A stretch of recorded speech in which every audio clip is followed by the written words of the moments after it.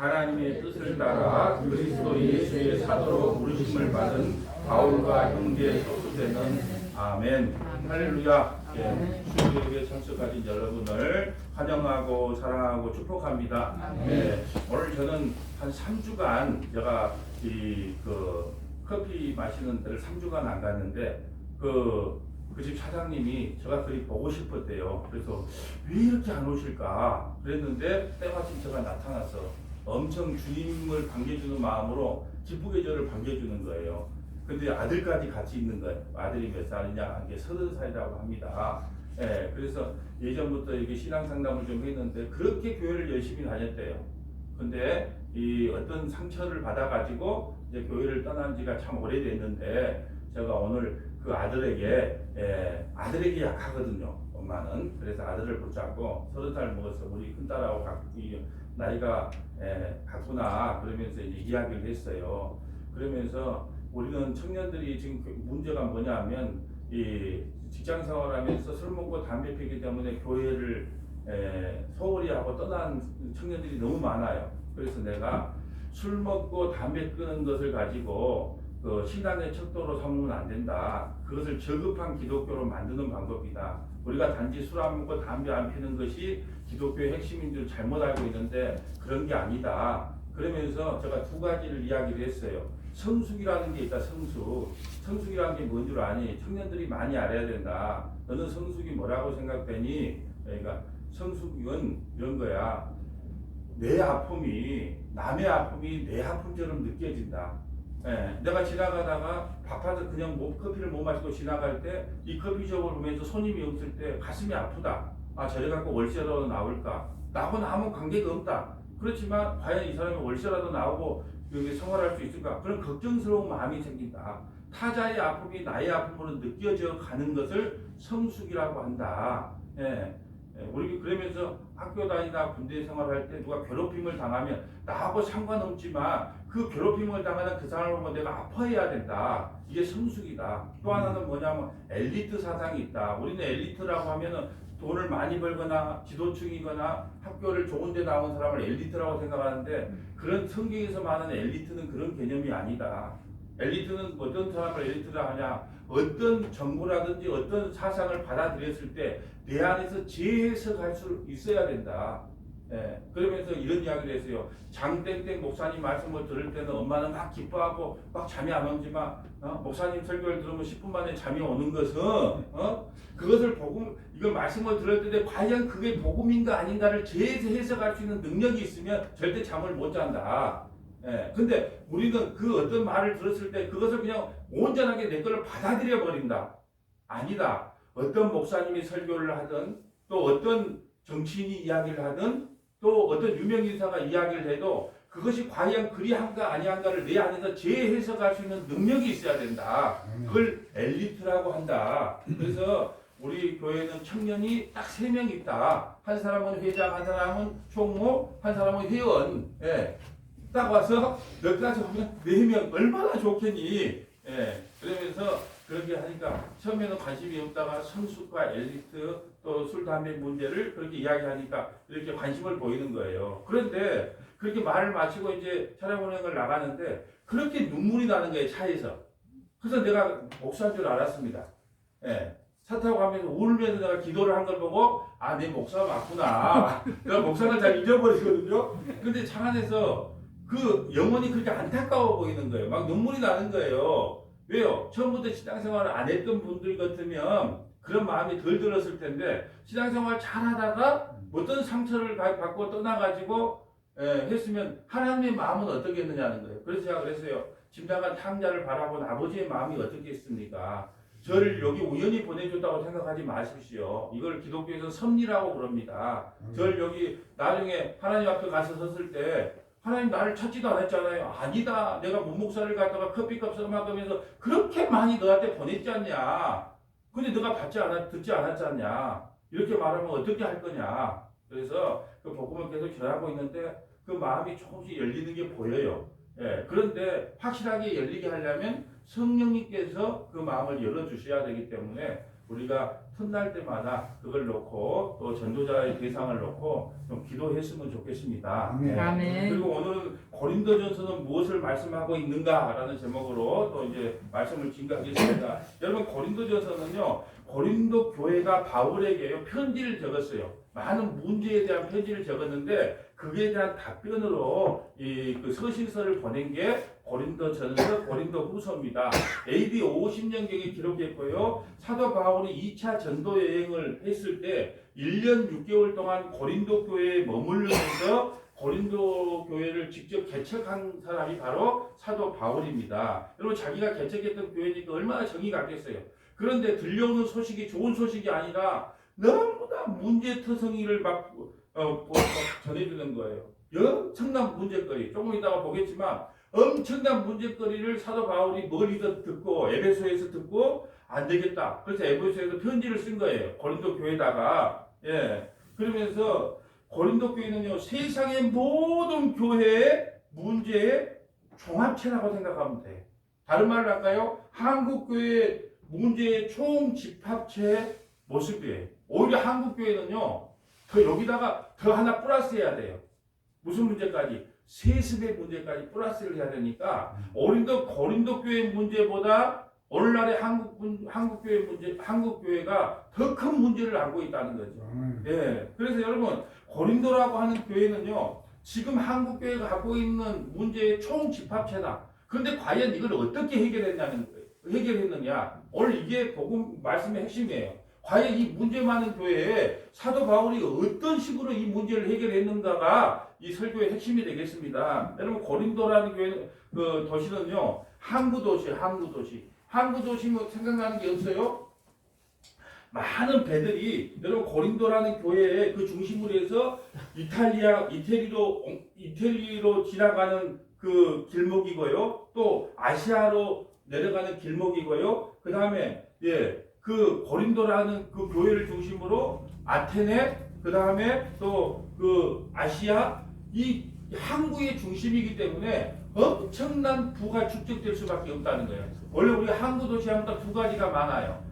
부자로 살고 두 번째는 술집이 많다. 그건 어디 가나 마찬가지야. 항구 도시는 술집이 많아요. 왜요? 배를 타신 분들이 그때 당시 항구에 한번 돌아오면 뭐예요? 그러니까 그때 당시 이 창기들이 한 6,000명 정도 있었다라고 전해지고 있어요. 성경에 나와 있는 말이 아니고 그 고린도 도시를 연구했던 사람에 의하면 그 창녀들만 여러분 그때 인구 얼마 안 있었어요. 인구 얼마 안 됩니다. 근데 그 창기들만 6,000명이 있었다니까 어마어마한 이 음란의 도시가 바로 이 고린도라는 거예요. 그리고 거대한 또 신전이 세워졌다는 거예요. 그래서 아테미선 신전도 있고, 하여튼 신전이 어마어마한 큰 신전이 건설되어 있다는 거죠. 우상의 중심이요, 또 창기들이 사는 음행의 중심이 바로 어디냐 하면 이 고린도였다는 거죠. 예. 그래 여러분 보세요. 정말로 근데 이 문제 많은 교회, 이 고린도에 교회가 세워졌기 때문에 교회가 온전히 세워질 수가 없다는 거예요. 여러분 교회가 문화의 도시 또 교육의 도시 그 안에 세워진 거하고 항구 도시에 거기에 하면 성도들이 여기서 예수님만 믿고 의지하고 삽시다. 그리고 문 열고 나오면 바로 옆이 다 술집이야. 그럼 오늘 목마른데 가서 치킨에다가 소면 하나 할까? 그런 마음이 들겠죠. 문만 열면 그거니까. 그러니까 자기 신앙을 지키기가 그렇게 힘든 도시가 바로 이 고린도 교회였다는 거죠. 여러분 고린도 교회에 수많은 문제가 있는데요. 처음에는 뭐냐 하면 절연의 문제, 또 결혼의 문제, 음행의 문제, 제사의 문제, 송사의 문제, 은사의 문제, 수많은 문제가 있어요. 또 뭐냐면 부활에 대해서 잘못 착각해서 부활의 문제, 또 사도 바울이 말에 좀 어두라니까 너가 사도가 아닌 것 같아? 그리고 사도냐 아니냐 하고 또 사도권의 문제도 있었다는 거예요. 그러니까 결연의 문제, 음행의 문제, 제사의 문제, 송사의 문제, 은사의 문제, 파벌의 문제, 부활의 문제, 사도권의 문제 온통 문제투성이었다. 근데 이걸 어떻게 돌파를 했느냐. 자, 내가 1장부터 16장까지 있는 걸 한번 요약을 해볼게요. 자, 1장부터 4장까지는 고린도 교회의 분열에 대한 문제, 1장부터 4장까지 고린도 교회가 분열이 일어나요. 어떻게 분열이 일어나냐? 나는 바울파다, 나는 베드로파다, 나는 또 아볼로파다, 나는 이것저것도 귀찮다, 그리스도파다. 그러니까 나는 베드로파, 바울파, 아볼로파, 그리스도파 파당이 나눠졌어요. 1장부터 4장까지. 여러분 교회는 인기투표하는 것이 아닌데 인기투표하는 것처럼 나는 아볼로가 마음에 들어. 나는 베드로가 마음에 들어. 나는 이것도 저것도 싫으니까 그리스도파야. 이런다는 거예요. 그런데 사도 바울이 이 문제를 어떻게 해결했냐? 바로 복음으로. 인기투표가 아니고 교회는 인기투표하는 것이 아니다. 복음으로 이 문제를 해결했어요. 또 5장부터 7장까지는 성적인 문제, 5장부터 7장은 성적인 문제인데 심지어는 계모하고 잠자리를 했단 말이에요. 누가요? 교회 안에 성도들이 계모하고 잠자리를 했던 성적인 문제, 또 우상의 창기들과요 음행을 해요.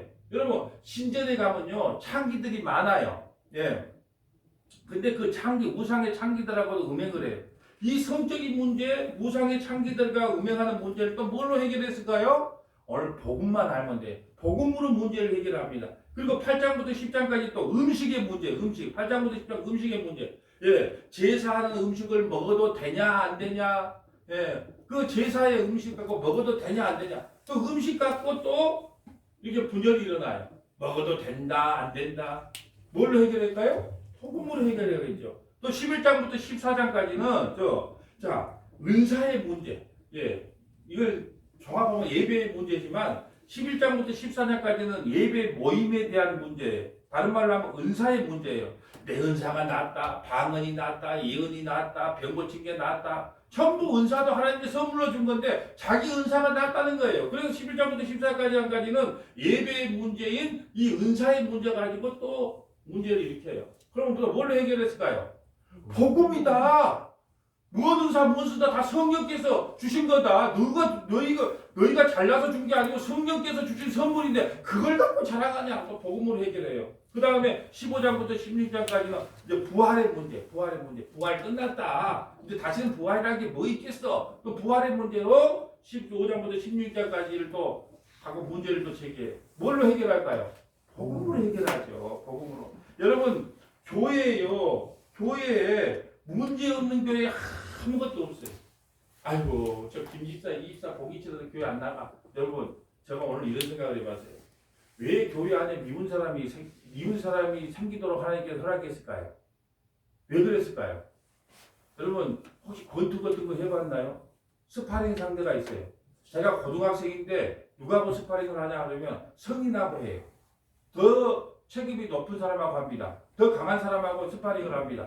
여자 레슬링 선수는요 남자 레슬링 선수라고 연습을 해요. 스파링 상대를 강한 사람을 둔단 말이에요. 강한 사람을 두면 누가 강해진가요? 상대방 내가 강해지는 거예요. 스파링 하기 위해서 미운 사람을 심어놓은 거예요. 교회 안에. 여러분 우리가 공 넘어가다면요 그 몽돌이는 바닷가 가보셨는가 몰라. 민끌민끌해. 처음부터 그 몽돌이 그 민글민글한 줄 아세요? 처음에는 거칠거칠했어요. 근데 비바람을 맞고 돌끼리 부딪히고 파도에 쓸리고 세월이 지나다니까 미끌미끌하게 돼요. 그러니까 여러분 교회에 미운 사람이 있으면 감사해야 돼요. 여러분 우리를요 한 몸 지체라 그러잖아요. 어떤 사람은 손, 어떤 사람은 다리, 어떤 사람은 눈 그래요. 여러분 지체라 그래요. 우리를 지체. 그런데 뭐냐 그 미워하는 사람이 하나가 빠지면 뭐가 해요? 손이 빠진 거예요. 손 하나가 없는 사람을 뭐라 그래요? 말은 하지 마세요. 괜히 또 비하한다고 뭐라 그래요. 손 하나가 없는 사람을 우리는 뭐라 그래요? 그러다 그래요. 다리 하나 없는 사람을 뭐라 그래요? 우리는? 그러다 그래요. 그럼 우리가 그런단 말이에요. 저도요 목사님들 만나다 보면 야 목사가 돈이 없지 가오가 없냐 하고 너무 답답할 때가 있고 속이 상할 때가 있는데 그럴 때마다 하나님 너무 답답하고 속이 내가 너무 안 좋아요. 그러면 하나님께서 뭐라고 하시냐? 야, 네 스파링 상대로 세워놨잖아. 그걸 보면서 깎여지고 나는 저렇게 하면 안 되겠다. 나는 저렇게 하면 안 되겠다. 그렇게 대잡을 하고 그런 모습을 보여준 거야. 그러니까 여러분 너무 교회에 문제 많다고 꼴보기 싫은 집사 있고 권사 있다고 너무 그걸 미워하지 말라는 거예요. 왜요? 내 스파링 상대로 만든 거예요. 왜요? 누구 세우려고? 나를 온전하게 세우기 위하여 하나님께서 심어 두셨기 때문에 미운 사람도 어떻게 하라? 아이고 내 지체니까 저 인간이 없으면 나는 뭐라고? 예, 예. 뭐요? 비읍자가 들어가요. 하나가 뭐 없으면 우리 뭐라 그냥 속으로. 예? 그런데 예? 그 속어예요. 그걸로 그렇게 그러니까 그 한 사람이 빠지면 안 돼. 예, 교회는 그런 것이에요. 그러려고 여러분 미운 사람이 보이고 정말로 꼴보기 사람이 내 눈에 들어올 때는 하나님께서 내가 스파링 상대로 세우면서 나를 성숙시키기 위한 도구로 사용하시는구나. 그리고 저 인간이 있으니까 내가 비읍자라는 소리를 안 듣고 이 정상이야. 예? 얼마나 감사하냐. 이런 마음을 가지고 신앙생활을 해야 된다. 여러분 문제없는 교회 하나도 없어요. 이 말이에요. 예, 문제없는 교회에 내가 가면 꼭 그 교회가 문제가 있어. 그게 뭔 뜻일까요? 이미 그 교회가 문제투성이었다는 거예요. 그리고 여러분 절대 문제없는 교회 찾으려고 하지 마세요. 여러분이 그 교회 가는 순간 그 교회는 곧 문제투성이가 됩니다. 문제없는 교회 하나도 없고 그 문제를 어떻게 해결할까를 오늘 요 말씀을 통해서 배우는 거예요. 자, 여러분 사도 바울이 편지의 서두에 이렇게 말합니다. 고린도전서 2장 3절 볼까요? 내가 너희 가운데 그할 때 약하고 두려워하고 힘이 떨었다. 왜 사도 바울이 복음을 전하기 전에 내가 약하고 두려워하고 힘이 떨었다고 이야기를 할까요? 왜 두렵고 떨었을까요? 여러분 고린도 교회에다가 이 교회를 세울 때요. 한번 생각을 해보세요. 도덕적으로 문란한 고린도라는 항구 도시에서 복음을 전할 걸로 생각하니 누구나 두렵고 떨리지 않겠습니까? 이게 첫 번째 원인이에요. 그 타락의 도시 고린도에다가 복음을 전하려니까 두렵고 떨린 거예요. 1차적으로는. 그리고 두 번째는 뭐냐 하면 고린도 교회에 오기 전에 고린도라는 항구 도시에 오기 전에 어디 있었냐면 아테네라고 하는 아테네 하면 뭐 생각나는 거 없어요? 앞자가 한 데가 있는데 소크라테스, 예, 아리스토텔레스, 예? 전부 다 이 아테네 출신이란 말이에요. 언변이 엄청나게 강해요. 그 동네에 가서 사도 바울이 어떻게 했을까요? 사도 바울이 어디 출신이라고 그랬어요? 요즘에 보면 하버드 출신이란 말이에요. 그러니까 소크라테스나 그런 학자들이 와서 뭐라 했을 때 사도 바울 성격에 가만히 있었겠어요? 자기도 나서서 한마디 했겠어요? 한마디 했겠죠? 근데 아무런 성과가 없었어요. 자기의 똑똑함, 자기의 지혜로 복음을 전했는데 아무런 효과가 없어요. 그래서 거기서 깨달은 거야. 복음은 나의 똑똑함으로 전해지는 것이 아니구나. 성령의 일하심으로 전해지는 거야. 이걸 깨달았어요. 그렇기 때문에 그 두 가지를 깨닫고 나니까 약하고 두려워하고 힘이 떨었다는 고백을 먼저 하는 겁니다. 예. 그러면서 고린도전서 2장 4절 바로 밑에 이렇게 말합니다. 내 말과 내 전도함이 설득력 있는 지혜의 말로 하지 아니하고 다만 성령의 나타나심과 능력으로 하며 내가 가서 그 집에 가서 그 어머니와 아들을 전도하기 위해서 아무리 내가 복음을 전했지만 그 마음을 움직여 주시는 것은 성령의 나타나심이에요. 성령이 일하시지 않으면 아무런 소용이 없다는 걸 알았다는 거예요. 내 말의 전도와 내가 참 목록사 참 말씀 잘 전해. 이 설득력 있는 말로 그것만 그 전도가 되는 게 아니라는 거예요. 저는 그냥 있는 그대로의 복음을 전했는데 중요한 건 성령님께서 그 어머니와 아들의 마음에 가서 움직여 줘야 된다는 거예요. 이걸 누가 깨달았냐?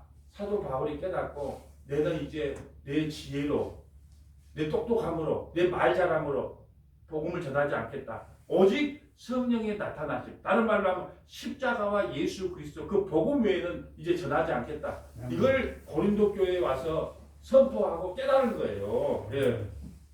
5절에 너희 믿음이 사람의 지혜에 있지 아니하고, 예, 사람의 지혜에 있지 아니하고 자기가 당했거든요. 아테네에서 아무런 전도에 아무런 효력도 발휘하지 못한 자기가 깨달았기 때문에 너희 믿음이 사람의 지혜에 있지 않다. 내가 해보니까 사람의 지혜에 있지 아니하고 다만 하나님의 능력에 있게 하려 하느니 이렇게 고백을 하는 거예요.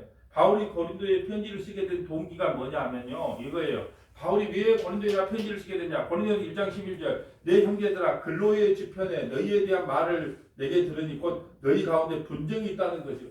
여러분 사도 바울이요 1, 2, 3차 여행을 돌아다니면서 지금 에베소에 있는데 에베소에서 가만 이야기를 들어요. 누구에게? 내 형제 근로의 집에 편으로 너희의 야 글로에라는 사람한테 야 고린도에 우리 교회 믿음의 권속도는 잘 있더냐? 이렇게 물어봤겠죠. 자기가 개척했으니까. 근데 네 너무 은혜 가운데 신앙생활 잘해요. 이 말을 들었으면 기분이 좋을 건데 첫째 들리는 소리가 파당을 지어가고 지금 난리가 아닙니까? 교회가 지금 김양로파, 박장로파, 문목사파, 박집사파, 뭔 파가 나누냐고 이건 난리가 아닙니다 지금.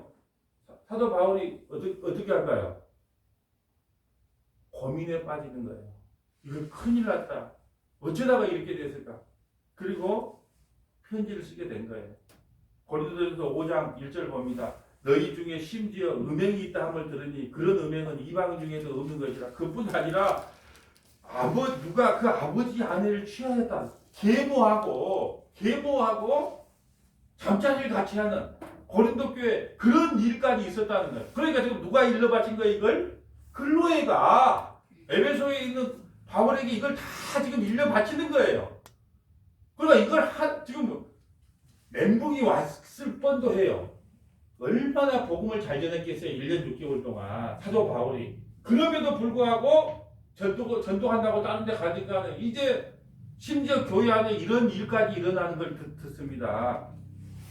또 그것뿐이냐? 지금 문제를 제가 하나씩 이야기해 볼게요. 고린도서 6장 1절 너희 중에 누가 다른 이와 더불어 다툼이 있는데 구태여 불의한 자들 앞에도 고발하여 성도 앞에도 하지 않냐. 교회 안에 또 분쟁이 일어났어. 박집사 이기사 분쟁이 일어났어. 그래? 그럼 세상 법정으로 한번 가보자.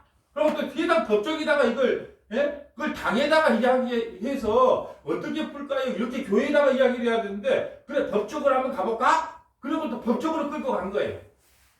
그러니까 법적인 또 다툼까지 교회에서 일어난 겁니다.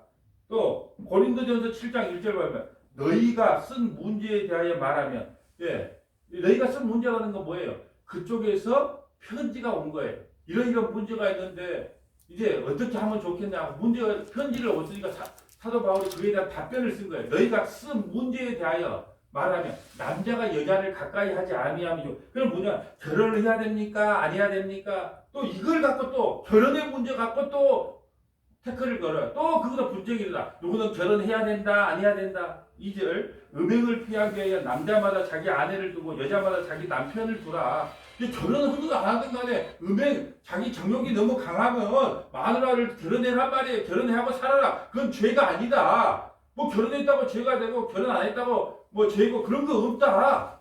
결혼의 문제가 일어나는 거예요. 또 그 문제. 또 그것뿐이냐. 또 우상의 재물의 문제. 고린도전서 8장 1절. 우상의 재물에 대해서 우리가 다 지식이 있는 줄 아나. 지식은 교만하게 하면 사랑은 덕을 세우니라. 그러므로 4절에 그러므로 우상의 재물을 먹는 일에 대하여는 우리가 우상은 세상에 아무것도 아니며 또한 하나님은 한 분밖에 없는 줄 알아라. 무슨 말이냐면 어떤 사람은 그때는 다 우상에게 제사를 드리는 음식이 있어요.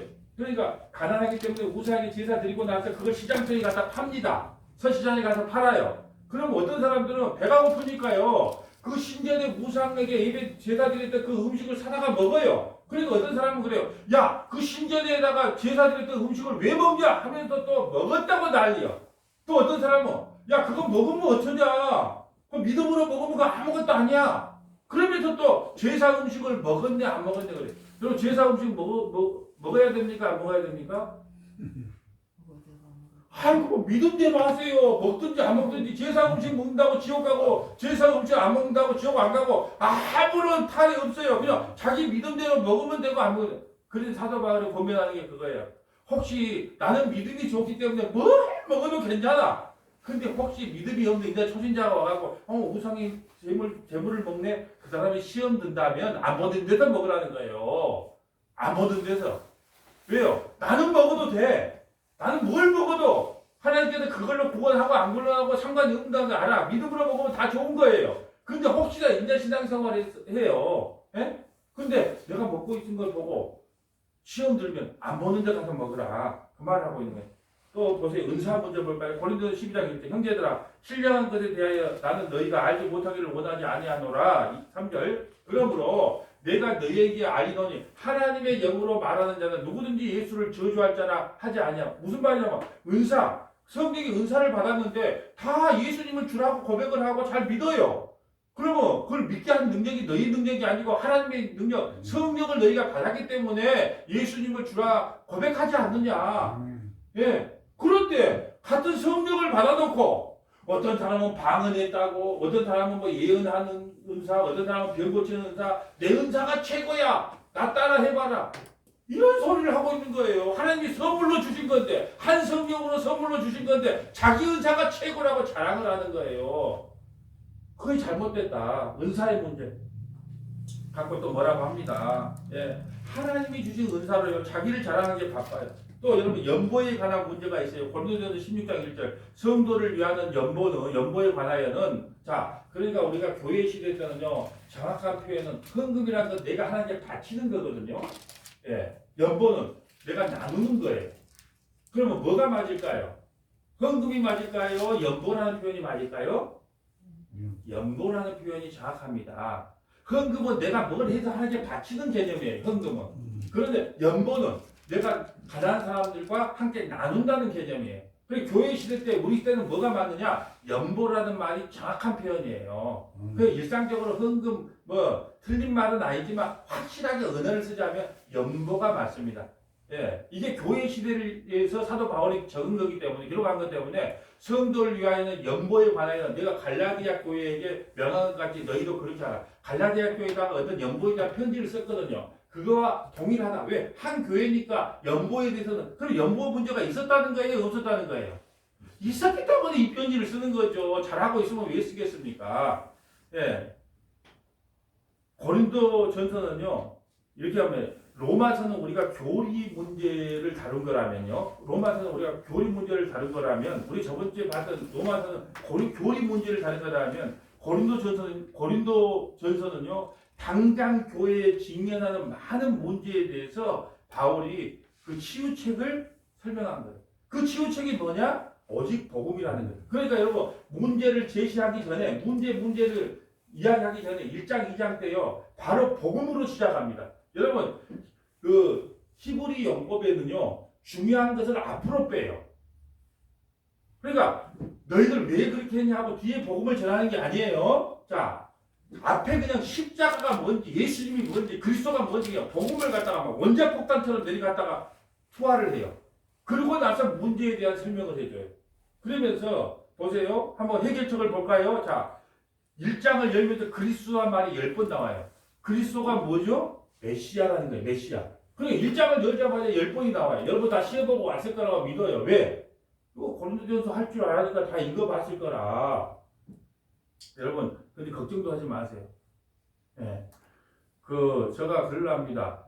1월 15일 날 2022년도 1월 15일 행사가 끝나면 금요일 날 성경 공부를 2번을 쉬어요. 휴가를 주는 거예요. 왜 이걸 미리 말씀드리냐면 여러분이 2022년 1월 15일 임직자가 끝나면 토요일 날 끝나면 그 다음 주 금요일 2주간 금요일 날 휴강을 할 거예요. 그때 약속을 잡으라는 뜻이에요. 그리고 나서 2월 첫째 주 금요일부터는 뭐냐? 본격적으로 성경 통독이 뭔가를 들어가는 거예요.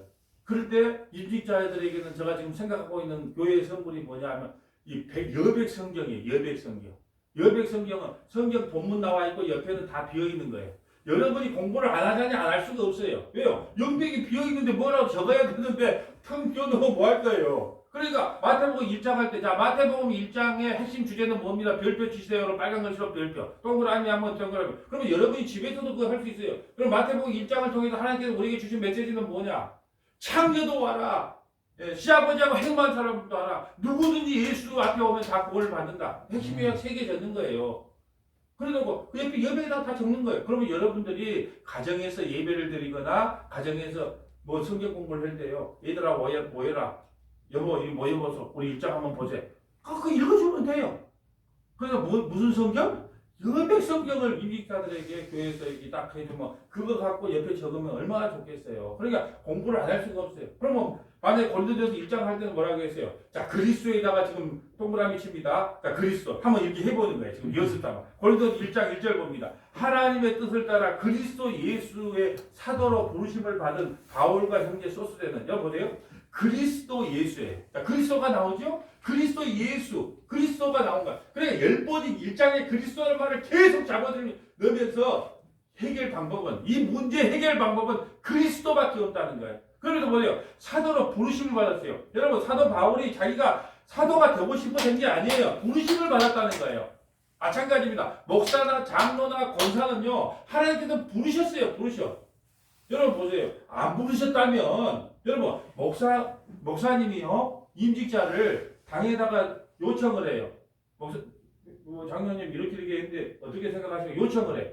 그러면 장로님도 맞습니다 하고 통과가 돼야 돼. 통과가 되면 그로 끝나냐? 아니요. 공동회의를 해요. 공동회의를 하면 3분의 2가 통과돼야 돼.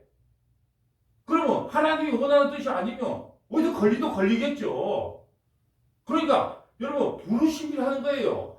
목사든 장로든 권사든 다 하나님의 부르심이 있기 때문에 그 사명을 감당하는 거예요. 내가 좀 부족하고 연약해도 하나님께서 주신 거 잘 감당하겠습니다. 그러면 되는 거예요. 여러분 아멘. 보세요. 여러분 임직자는요, 목회자가 신앙의 공동체를 세우기 위해서 추천을 하는 거예요. 이건 다른 교회에서 누가 세우라 마라 할 권한이 없어요. 예를 하나 들어줄까요? 우리 교회가 당장 월세를 못 내. 그럼 누가 내야 될까요? 권사님, 너부교회 권사님하고 권사님 우리 월세 못 내니까 돈 10만 원만 좀 주세요. 그렇게 말할 수 있어요? 없어요. 문을 닫아도 우리가 닫아야 되는 거예요. 그럼 어려움도 같이 해결해야 돼요. 근데 왜 땀이 남의 교회에 어떤 사람이 당신은 권사되기가 빨라 늦어 왜 이래 세월에 말어 뭐 장로가 돼 뭐 할 이유가 없는 거예요. 왜요? 이것은 우리 교회 공동체가 세워지는데 목사님과 당회가 결정해서 교회에 필요하기 때문에 하는 걸 왜 이혁의 교회나 잘하지 왜 너무 교회다 그러냐고요. 그러면서 전기값 못 내서 오늘 저 예배 전기요금을 못 내서 불 꺼지면 예배 못 드리잖아요. 그럼 전기요금 못 내면 누가 의논해야 돼요? 우리 지체들하고 오늘 전기값을 못 냈습니다. 2만 원씩 좀 걷어가고 전기값 좀 냅시다. 누구한테 이야기해요? 저 다른 교회 세우라 말으라 하는 그 교회 가서 이야기를 할까요? 우리 공동체에 이야기를 할까요? 우리 공동체에 이야기를 하죠. 근데 그걸 모르고 왜 너미 우리한테 이러고 저러고 말을 하냐는 거예요. 예. 여러분 부르심을 잊지 마세요. 나는 부족하고 연약하지만 하나님께서 때가 되다 부르셔서 조금이라도 젊었을 때 교회 청소 한 번이라도 더 하라고 불러주신 거 감사하게 생각하고요. 제가 제일 임직자에게 중요하게 생각한 것은 교회 청소 아닙니다. 마르다 아니에요. 마르다도 물론 필요합니다. 교회. 근데 더 중요한 것은 마르다가 아니고 마리아가 필요해요. 예수님 무릎 앞에 앉아서 그 성경책을 펴고 말씀을 듣고 여기서 끝내는 게 아니고 본인도 거기 가서 교회가 되는 거예요. 누구를 만나도 자기가 복음을 알아야 이웃 사촌에게 가서 복음을 이런 거라고 전하지요. 본인이 모르는 걸 어떻게 전합니까? 그래서 저는 마르다의 권사가 아니고 마리아의 권사를 원해요. 그렇다고 해서 그러면 이제 목사님이 마리아를 원했으니까 나는 그 청소할 때 청소도 안 하려면 그게 아니고 더 중요한 게 뭐냐는 거예요. 더 중요한 건 예수님 발밑에 앉아서 복음을 듣는 거예요. 그래서 예배 자리, 수요일, 금요일, 주일날 예배 자리에 임직자가 중직자가 모이라는 거지 당신이 중직자니까 오라는 뜻이 아니에요. 더 임직을 맡았으면 더 하나님의 말씀에 사모해서 하나님의 은혜를 알고자 예배에 참석하는 건 당연하다. 저는 그런 임직자들이 되기를 원하지 뭐 일부를 묵으려고 봉사시키려고 그게 목적이 아니라는 겁니다. 그렇기 때문에 백지가 아니 백지 수표가 아니고 여백 성경이 나오는 겁니다. 예, 그러다 공부하라고요. 부르심에 자 2절 볼까요? 고린도에 있는 하나님의 교회고 그리스도 예수 안에서 거룩하여지고 성도라 부르심을 받은 자들과 각처에서 우리 주 곧 우리와 우리 주 대신 예수 그리스도의 이름을 부르는 모든 자들에게 여기서 계속 그리스도 예수가 나와요. 문제 해결은 뭐다? 그리스도 예수다. 근데요 그 많은 문제 있는 교회를 뭐라고 합니까? 성도로 부름을 받았다고요. 여기서 중요한 게 있어요. 음행의 문제, 결혼의 문제, 은사의 문제, 파벌의 문제, 뭐 부활의 문제, 온갖 문제투성이 교회를 뭐라고 합니까? 성도라 부르심을 받았다 그래요. 너무 은혜가 되지 않아요? 뭘 잘해서 성도라 그런 게 아니라 문제가 없어서 성도라 그러지 않는다니까요. 교회에 온갖 문제가 다 있는데 사도 바울은 이미 그걸 뭐라고 선언했어요. 너희는 성도다 그래요. 여기에 은혜를 받아야 됩니다. 아멘. 내가 뭘 잘했고 뭐 우리 교회가 성도라 인정을 받을 만해서 뭐 성도라 인정을 받는 게 아니고 정말 세상 사람들이 볼 때는 아이고 저거 교회라고 할 수 있어. 아이고 저 문드리 같은 인간들이 모여있는 게 교회야. 이렇게 할 수 있는데 사도 바울은 그 문드리 같은 교회를 뭐라고 하냐? 성도들로 부르심을 받았다고 이야기를 해요. 아멘. 이게 얼마나 은혜가 된지 몰라요. 우리가 뭘 해서 우리는요 어렸을 때 뭘 해야지 하나님께서 기뻐하고 오늘도 내가 복음을 전하면서 그랬어요. 우리는요 하나님께서 너에게 봤다. 네가 주일 빼먹었어? 성경 안 읽었어? 기도 안 했어? 네 오늘 보자. 그러면서 막 가서 몽둥이를 훌치는 그런 하나님을 배웠단 말이에요. 그런 하나님이 어디 있습니까? 그런 하나님을 왜 믿습니까? 조금만 잘못하면 가서 뒤통수 내리치는 그런 하나님을 왜 믿냐고요. 끝까지 기다려주고 사랑해주고 보듬어주고 그래도 안 돼. 그럼 알았어. 내 아들 보내서 내 아들을 대신 죽여줄게. 그런 하나님을 믿어야지. 바로 그냥 성경 안 읽었다고 기도 안 했다고 새벽에 빼먹었다고 주일 빼먹었다고 가면서 그래 빼먹었어. 오늘 알았어. 네 반 11조 빼먹었어? 그래 알았어. 네 사업 쫄딱 많이 해줄게. 그거 무서워서 연보를 하고 그거 무서워서 예배를 나온다면 본인 자신이 너무 비참한 거예요. 그거 너무 자신이 비참하잖아요. 그거 빼먹으면 하나님께서 책망할까봐 그것 때문에 나온다면 얼마나 자신의 신앙이 비참합니까? 그거 아니다는 거예요. 그거 아니다. 아무리 교회가 타락을 했어도 하나님께서는 우리를 성도라 부르심을 받았다고 이야기를 합니다.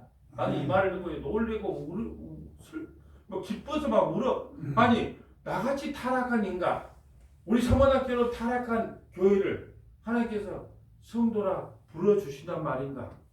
아멘. 나는 그런 하나님을 믿어요. 아멘. 내 뒤따라 다니면서 잘못하면 바로 야구방망이로 뒤통수 치는 그런 하나님 나는 안 믿습니다. 근데 다 그런 하나님으로 알고 있어요. 그러니까 두려워.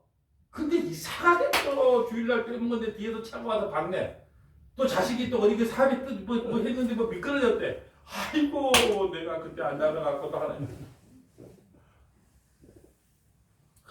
진짜 뭘 어디까지 말을 해야 되는지 이 도대체 뭘 어떻게 어디서부터 잘못됐는지를 잘 모르겠어요. 예.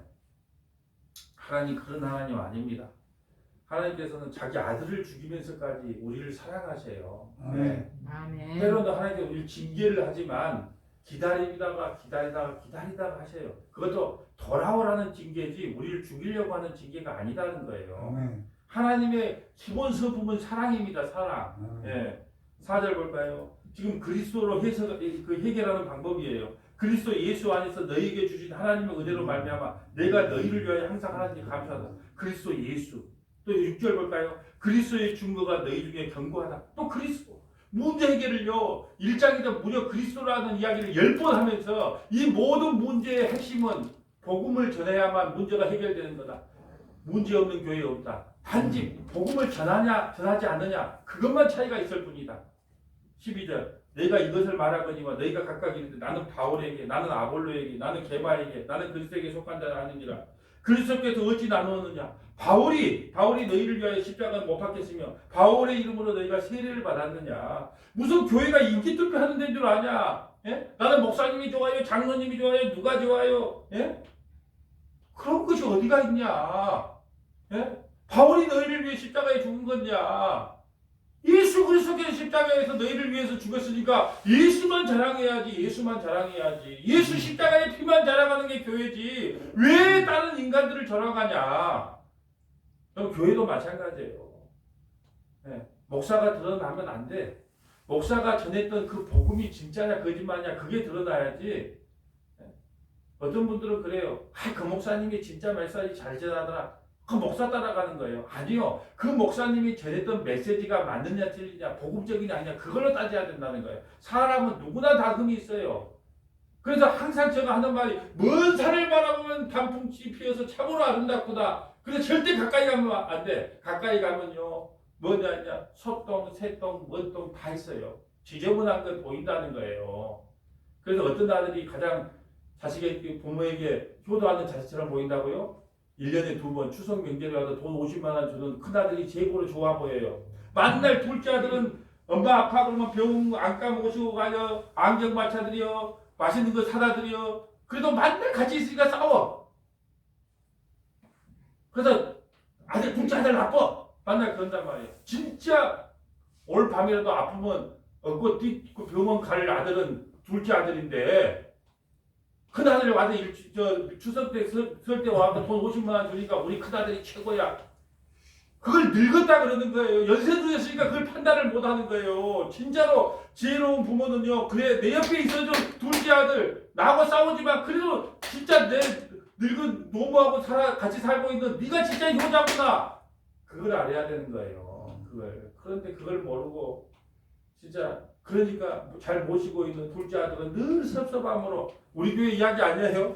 뭔 얘기 자꾸 섭섭함을 느끼는 거예요. 자 17절 봅니다. 그리스도께서 나를 보내시면 사도 바울을 보내시면 세례를 베풀게 하려 함이 아니요 오직 복음을 전하게 하기 위함이요 말의 지혜로 하지 아니하면 그리스도의 십자가가 헛되이 않게 하려 함이라. 23절 우리는 십자가에 못 박힌 그리스도를 전하니 유대인에게는 끓이끼는 것이요 이방인에게는 미련한 것이로되 자꾸 지금 그리스도를 전하는 복음을 전하는 겁니다. 오직 부르심을 받은 자들은 유대인이나 헬라인이나 그리스도는 하나님의 능력이 하나님의 지혜니라.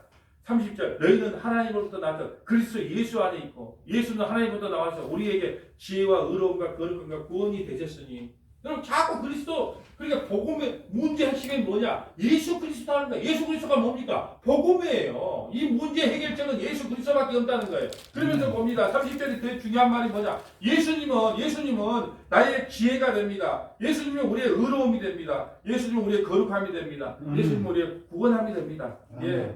여러분 교회에 수많은 문제가 있지만 그것을 해결하는 유일한 방법은 예수 그리스도 오직 복음뿐이라는 거예요. 이걸 역설하고 있는 거예요. 그래서 고린도 교회를 마치면서 고린도전서를 마치면서 15절에 부활에 대해서 이야기합니다. 여러분 예수님의 탄생과 예수님의 십자가의 죽으심과 예수님의 부활이 복음의 전체거든요. 그러니까 고린도전서 자 시작을 한번 볼까요? 자 어떻게 자 처음에는 십자가로 시작합니다. 자 고린도전서 1장 18절 볼까요? 십자가의 도가 멸망하는 자에게 미련한 것이요 구원을 받는 우리에게는 하나님의 능력이다. 그러면서 마지막 15장은 16장이 마지막에 16장은 이제 인사 매물이 마무리니까 15장은 부활로 이제 마무리를 하는 거예요. 15장 12절 그리스도께서 죽은 자 가운데서 다시 살아나셨다 전파되었거늘 너희 중에서 어떤 사람들은 어찌하여 죽은 자 가운데 부활이 없다 하느냐. 만일 죽은 자의 부활이 없으면 그리스도가 다시 살아나지 못하였느냐. 여러분 보세요. 문제 해결을 뭘로 합니까? 예수 그리스도의 십자가의 죽으심과 예수 그리스도의 십자가의 부활로 고린도전서를 마감하잖아요. 아멘. 그 가운데 뭘 넣어요? 문제를 집어넣는 거예요. 그러니까 이 문제를 해결하는 방법은 예수 그리스도의 십자가와 부활 그거 외에는 다른 방법이 없다. 여러분 복음이 뭐라 그랬습니까? 고린도서 15장 1절 자 복음에 대해서 나왔어요. 형제들아 내가 너희에게 전한 복음을 너희가 알게 하노니 이는 너희가 받을 것이요 또 그 가운데 선 것이라. 2절 봅니다.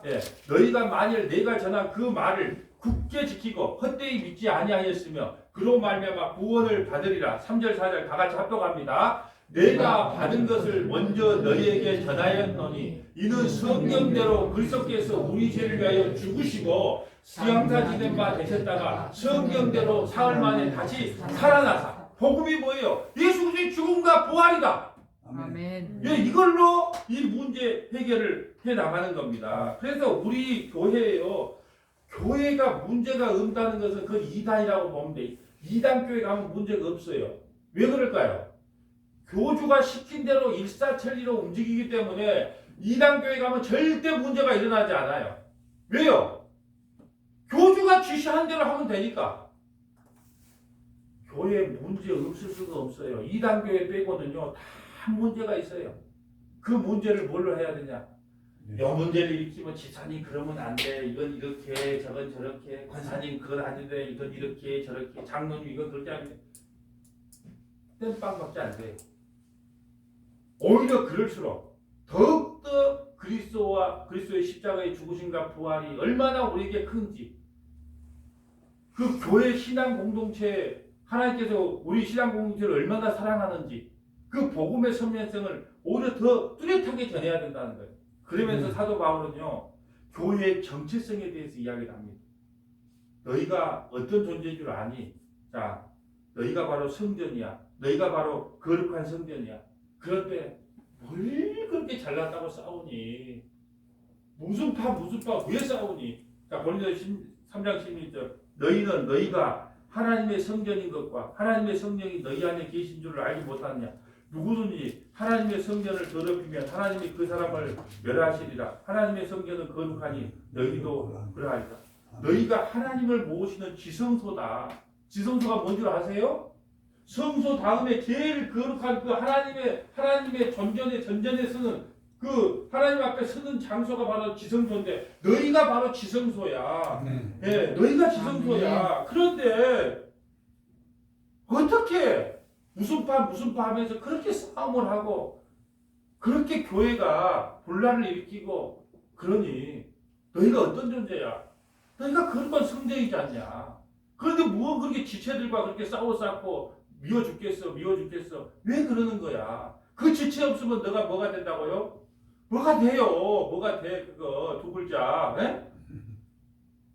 그게 되는데 그 지체가 있으므로 우리가 온전한 사람이 된 거야. 그럼 얼마나 감사할 일이니? 그러면서 우리가 성전이라는 것을 이야기하는 거야. 내가 심지어 오늘 가서 그랬어요. 참 이 커피숍이 아름답네.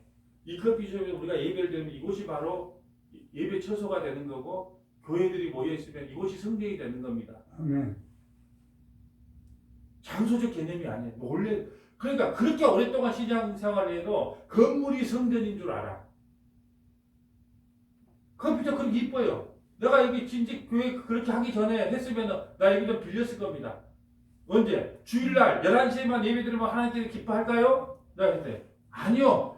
11시에 장사하라고 8시에 모이시다 하고 8시에 거기서 모여서 예배 드리면 그곳이 바로 예배 처소가 되는 겁니다. 그리고 11시부터 장사하세요. 그러고도 우리 커피 그거 다 한 잔씩 또 먹으면 돼요. 사용료로. 얼마든지 그럴 수 있어야 된다는 거예요. 네. 성전은 어디가 성전이에요? 우리 안이 성전이에요. 여러분 나는 가수라는 프로가 있어요. 여러분은 뭐라고 해야 돼요? 나는 교회다. 아멘. 여러분이 교회입니다. 여러분이 교회. 아멘. 나는 교회다. 예. 제가 어떨 때는 이런 걸 다짐할 때가 있어요. 나는 목사다. 왜 그런 줄 아세요? 내가 돈이 없지 가오가 없냐. 세상에 쪽팔리는 짓은 하지 말자. 내 스스로 그런 이야기를 한다니까요. 우리 형사가 그 공공의 이게 TV 본 이야기지 우리 집사람이 하지 말아야 돼. 자, 공공의 적에 나오면 공공의 적에서 그 형사가 뭐라 그럽니까? 내가 돈이 없지 가오가 없냐? 심지어 그 바른 형사도 그런 말을 한단 말이에요. 그럼 목사는 어떻게 해야 되겠어요? 교회는 어떻게 해야 되겠어요? 아니 내가 돈이 없지 가오가 없냐? 내가 쪽팔린 짓은 하지 말자. 최소한 그 정도의 다짐을 하면서 목사를 해야 되고 교회를 해야 되지 않겠느냐는 거예요. 우리가 교회인데 지금 사도 바울이 그 이야기 하는 거예요. 네가 거룩한 지성소야. 그런데 그 지성소인 네가 왜 그렇게 다른 성도를 못 잡아온 것을 안다를 하니 그 말씀하는 거예요. 또 고린도서 6장 2절 볼까요? 성도가 세상을 판단할 것을 너희가 알지 못하느냐? 세상도 너희에게 판단을 받겠거든. 지극히 작은 일 판단하기를 감당하지 못하느냐? 교회에 어려운 문제가 있거나 교회 서로 송사의 문제가 성도들끼리 안 좋은 문제가 있으면 당에다가 이야기하면 목사님한테 이야기하면 당에 열어서 이렇게 당에서 지혜롭게 풀어가야 맞지. 어떻게 세상에 가서 세상 법정에다가 하냐. 그러면서 3절에요. 너희가 천사를 판단해야 할 자다. 우리가 천사를 심판해야 돼. 3절 한번 읽어볼까요? 우리가 천사를 판단할 것을 너희가 알지 못하냐. 그러하거든 하물며 세상이냐. 우리가요 천사들도요 우리를 잘 보필 못했다고. 천사들 이러면 돼. 그러면도 천사들을 판단해야 할 사람이 우리 하나님의 아들들 우리란 말이에요. 천사들을 나중에 우리가 판단해야 돼요. 그런데 천사들을 판단해야 할 우리가 어떻게 그런 송사를 갖다가 세상 법정까지 끌고 가서 이야기할 수 있겠느냐. 그 말을 하고 있는 겁니다. 여러분 천사까지 판단을 우리가 어찌 세상에 송사하겠느냐. 지금요 교회 문제로요 세상 법정에 걸려있는 사건이 얼마나 많은 줄 아세요? 한번 생각해 보세요. 교회 어디 뭐 횡령을 했습니다. 뭐 해서 세상 법정에 나와서 판사가 그 교회를 판단해줘. 세습의 문제, 뭐 공동회의를 정상으로 열었냐 안 되면 세습의 문제. 그걸 세상 법정 판사가, 예수도 안 믿는 판사가 이건 맞다 틀리다 땅땅땅 그런 판단을 받아야 되는 그런 비참한 현실까지 왔단 말이에요. 예수님 다 모르고 그런 사람들 앞에 가서 교회가 세습이 오르네, 돈 횡령을 했네 안 했네, 세상 법정에서 그런 판단을 받아야 된다는 그 비참함이 오늘날 한국교회 문제 아닙니까? 아니 더러워서 못해 먹겠다, 네가 알아서 해라, 그러고 좀 나가면 안 돼요 그냥? 예? 더 그 조국 목사님 초청해서 그냥 해보겠다 하면 그냥 해봐라. 예. 좀 그러고 나가자 그냥 야인처럼 살면 안 될까요? 예. 아들에게 안 주면 뭐 큰일 납니까? 여러분 모 교회는 그런 교회 있어요. 어떤 안 팔린 거, 어디 그 교육관 안 팔린 거, 그 아들 세습했는데 동의해줬다고 바로 더 엉겨갖고 그것을 갖다 팔아 사주는 교회가 있단 말이에요. 그 말이 됩니까 그게? 여러분 오늘 그렇게 말하잖아요. 천사까지 우리가 판단해야 되는데 어떻게 세상 법정까지 그걸 가냐. 고린도서 6장 19절 너희 몸은 너희가 하나님께로 받은 바 너희 가운데 계신 성령의 전인 줄 알지 못하느냐. 너희는 너희 자신의 것이 아니니라. 너희 몸이 성전이고 지성소인 걸 잊지 말라고 당부합니다. 그리고 먹고 마시는 것이 구원의 문제와 상관없지만 믿음이 연약한 자를 위하여 좀 조심하라고 이야기를 합니다. 자 8절 볼까요. 음식은 우리를 하나님 앞에 내세우지 못하는, 우리가 먹지 않는다고 해서 더 못 사는 것도 아니요, 먹는다고 해서 더 잘 사는 것도 아니라, 그런데 너희는 자유가 믿음이 약한 자들에게 걸려 넘어지게 하는 것이 되지 않도록 조심해라. 이겁니다. 여러분 술을 먹든지 담배를 피든지 개고기를 먹든지 뱀고기를 먹든지 제사 음식을 먹든지 그것이 구원의 문제와 상관없지만 너희가 성전이기 때문에 상가하고, 또한 믿음이 연약한 자들이 혹시 그걸 보고 시험에 들까봐 조심하라는 거예요. 조심하라는 거예요. 뭐든지 먹어도 돼요. 그런데 믿음이 연약한 자들이 그걸 보고 혹시 시험에 들까봐 먹으려면 좀 몰래 먹으라는 거예요. 대놓고 먹지 말고. 여러분 지금 먹고 마시고 이런 문제는요, 신앙의 문제고 성숙의 문제지 구원의 문제가 아닌 거예요. 이걸 헷갈려서는 안 돼요. 이걸 헷갈린단 말이에요. 한국교회가 문제가 이걸 헷갈려. 여러분 신앙의 문제, 성숙의 문제가 따로 있고 구원의 문제가 따로 있는 거예요. 먹고 마시고 안 마시고 이것은요, 우리 신앙의 성숙의 문제며 또 우리 신앙 자체의 신앙의 문제예요. 먹고 마시고 이런 것이 우리 구원의 문제가 아니란 말이에요. 근데 마치 이걸 구원의 문제로 끌고 들어오는 거예요. 구원의 문제는 누가 주관한다고요? 네? 하나님이, 구원의 주권은 하나님이세요. 아멘. 우리가 더하거나 뺄 수가 없어요. 아멘. 단지 먹고 마시고 이런 것은 신앙의 성숙의 문제라는 거예요. 아멘. 나는 뭐든지 먹어도 아무 상관이 없어요. 그게 구원의 문제하고 상관없고 하나님과 내가 바른 관계가 맺어 있어요. 그렇지만 누가 혹시 그거 보고 담대하게 나도 저렇게 해도 될까? 그리고 한다면 모르게 먹으라는 거예요. 근데 이걸 끄집고 들어와서 그냥 믿음이 있네 없네, 믿음은 하나님의 선물이라고 그렇게 외워놓고 들어놓고 뭘 하고 안 하고를 떠나서 믿음이 있네 없네 그렇게 판단하는 거예요. 여러분 다시 말씀드립니다. 구원은 하나님의 주권이고요, 그 말씀에 순종하는 것은 성도의 의무예요. 아멘. 의무예요. 의무지 그것이 구원하고 연관된 문제가 아니라는 거예요. 그걸 잘 구분하셔야 된다는 겁니다. 또한 은사의 문제가 있어요. 은사는요, 하나님의 선물이고 교회를 세우는 도구인데 그것으로 자랑하고 돈벌이하는 인간들이 있어요. 여러분 요즘 기도원은 안 그러겠지만요, 몇몇 기도원에 가면요, 기도해준다는, 그 은사 받았다는, 기도해보니까 이렇더라 그래요. 그런데 기도해보니까 이렇더라. 근데 알고 보니까 쭉 한 바퀴 돌아가지고요, 여수 쭉 좁아가지고 누구 말하면 한 달이 거치면 다 알아요. 망했는지, 그 남편이 술 마시고 뭐 주정 부리는지, 자식들이 뭐 병이 걸렸는지 한다는 것처럼 다 한다니까요. 근데 마치 은사를 받아가지고 알아차린 것처럼 점쟁이 비슷하게 이렇게 하면 사람들이 이거 막 콕콕 넘어가. 참, 그러면 또 누구의 종이 될까요, 이제? 여러분, 무당에게 한번 빠지면요. 언제만 있으면 무당한테 전화해. 이거. 네? 이거 어떻게 하면 될까요? 어떻게 하든 저렇게 하든. 여러분, 자기 안에서 재해석을, 그러면 엘리트가 아닌 거예요. 어떤 분이 여기 투자할까 말까, 공인에 투자할까 말까, 그럼 현상을 보고 내가 재해석해서 투자하든지 하든지 자기가 결정해야 돼. 자기가 결정 못해. 그러니까 누가 하게? 무당한테 전화해서, 이거 투자해도 되냐 말하냐.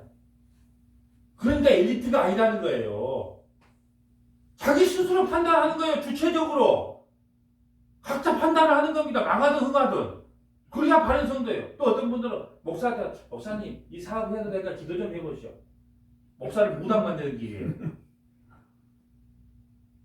그러면 나는 50% 성공할 수 있어요. 겨울에는 먼조심, 불조심, 여름에는 물조심. 해다 마라. 50% 맞으면 나는 이제 우상이 되는 거야. 와, 우리 목사님이 기도했더만 그 말이 맞았어. 그걸 목사를 폐가 망치시키는 거예요. 목사를 완전히 망쳐들게 하는 겁니다. 그걸 위해서 목사님 기도 좀 해주세요. 할 수 있어요. 그렇지만 그걸 하고 안 하고는 본인이 판단해야 돼요. 목사 그거 하라고 세운 거 아닙니다. 근데 그거 목사가 그래도 뭔가 말은 해줘야 될 것 같아. 이게 기도해보니까 이렇더라. 근데 당연히 틀려버리면 괜찮은데 그게 맞아버렸어. 아들 놓까 딸 놓까. 근데 아들 놓겠습니다. 한번 말했는데 맞아버렸네. 와, 뭐 난리나. 그러면 또 여러분, 이게 참으로 심각한 문제인데 심각한 줄 몰라요. 옛날에는 그렇게 할 수 있었어요. 왜요? 내가 말씀드렸잖아요. 성경을 막 기록할 당시에 머리 IQ가요. 예수님 당시에는 일반 성인의 IQ가 70에서 80이었어요. 왜요? 집단 지성이 없어요. 근데 지금 우리 대한민국의 IQ는요, 평균 100이래요. 평균 100이 되면 어떻게 되냐? 집단 지성이 생겨갖고 뭐가 옳고 뭐가 그런 건 이미 알아요. 근데 자기가 책임지기시니까 이런 사람 있죠. 나는 결정력 부족이야, 선택 부족이야, 이런 거 있잖아요. 자기 주체성을 깨워야 돼요. 망하든 흥하든 책임은 내가 진다. 그래야 되는 거예요. 저는 너무 그게 강해서 우리 집안에 받는 요거는 하는 거지 뭐. 안 되면 말고 안 되는 거 할 수 없는 거지 뭐. 이쪽 주체성을 가져야 되는데. 그러니까 주체성을 못 가지니까 누구에게 전화해요? 무당한테 하든지 목사님한테 전화해서 팔까를 맛봐요. 목사 그거 하라고 세운 거 아니에요. 네. 목사님 제가 이런 사업을 좀 하려는데 기도 좀 해주세요. 당연히 기도하죠. 성도들 위해서. 근데 뭘 할까 안 할까는 본인이 판단해야 돼요. 네. 왜요? 그게 엘리트고 주체적인 사상을 갖고 신앙생활을 하는 거예요. 자, 제가 큰 소리 치는 것은 여러분이 미워서가 얼마나 감사해요. 이 추운 날 와서 예배드린다고 하니 얼마나 감사해요. 너무 감사하니까 진짜 복음을 전하기 위해서 이렇게 큰 소리를 치는 거지. 전혀 여러분에게 감사하는 마음밖에 없어요, 지금. 자, 이런 와중에서도 이 추운 와중에 예배드리는 여러분에게 너무 감사하는 마음이에요. 감사하는 마음으로 말씀을 전한 겁니다. 고린도서 12장 1절 형제들아 신령한 것에 대하여 너희가 알지 못하기를 원하지 않으니 은사는 여러 가지다. 성령은 같고 병 고치는 은사, 방언의 은사, 어떤 은사 그런 거 다 한 성령으로 받았다. 여러분 한 성령으로 받았으니까 공짜로 받았어요? 뭘 해서 받았어요? 또 어떤 사람들은 그래 내가 소나무 2개 뽑아내고 병 고치는 은사를 받았다 그래요. 그러면 자기 행위예요, 선물이에요. 그런데 또 그걸 또 따라 하는 사람이 있어. 나도 가서 소나무 2개 뽑아가지고 그런 은사를 받아야지. 내가 말씀드리지만 성경에서 가장 억울한 사람이 누군지 아세요? 죽은 나사로 다시 살아나서 제일 열받아 해요. 천국 가서 하나님과 지금 찬양하고 하나님 앞에 너무 기분 좋아 있는데 괜히 동생들이 예수님 졸라갖고 다시 끄집어 내렸으니까 얼마나 열받겠어요. 또 세상 개고생 한 20, 30년 하다가 또 다시 올라가야 돼. 얼마나 열받겠어요. 그런데 요즘 간증으로 다니는 사람은 천국 갔다 와서 그게 좋다고 막 간증하고 다니겠어요? 억울해갖고 하나님 그럴 수 있습니까? 천국에 한번 올라가서 문제지 낙장불입이지 왜 다시 내디보냅니까? 하고 하나님께 투정부려야 맞지. 온 교회 돌아다니면서 나 천국 갔다 왔어요. 천국 갔다 와서 일이 좋아요. 그게 간증하고 되는 게 그게 정상입니까?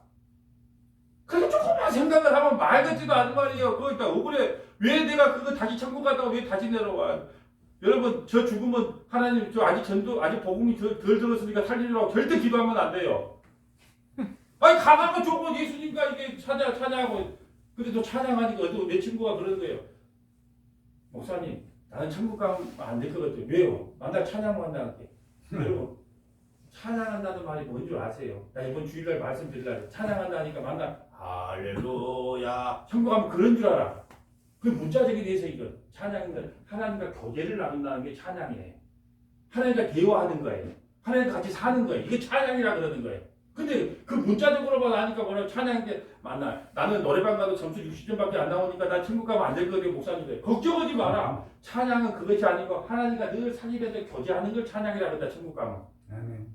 이건 찬양이라 그러지. 만데 하나님과 찬양한다는 게 만데 할렐루야. 아니 나가가도 지겹겠어. 오늘도 할렐루야. 그러면 얼마나 지겹겠어요. 찬양이란 하나님과 교제를 나누는 거예요. 같이 먹으면서 마시면서 마치 산상수훈 그 우리 오병이어 사건 때 이렇게 초장에서 널려놓고 하나님과 늘 교제하며 있는 상태를 찬양한다 이렇게 말하는 거예요. 제발 그게 문자적으로 하면 그 해석이 되겠습니까? 하나님과 찬양은 하나님과 교제를 나눈다.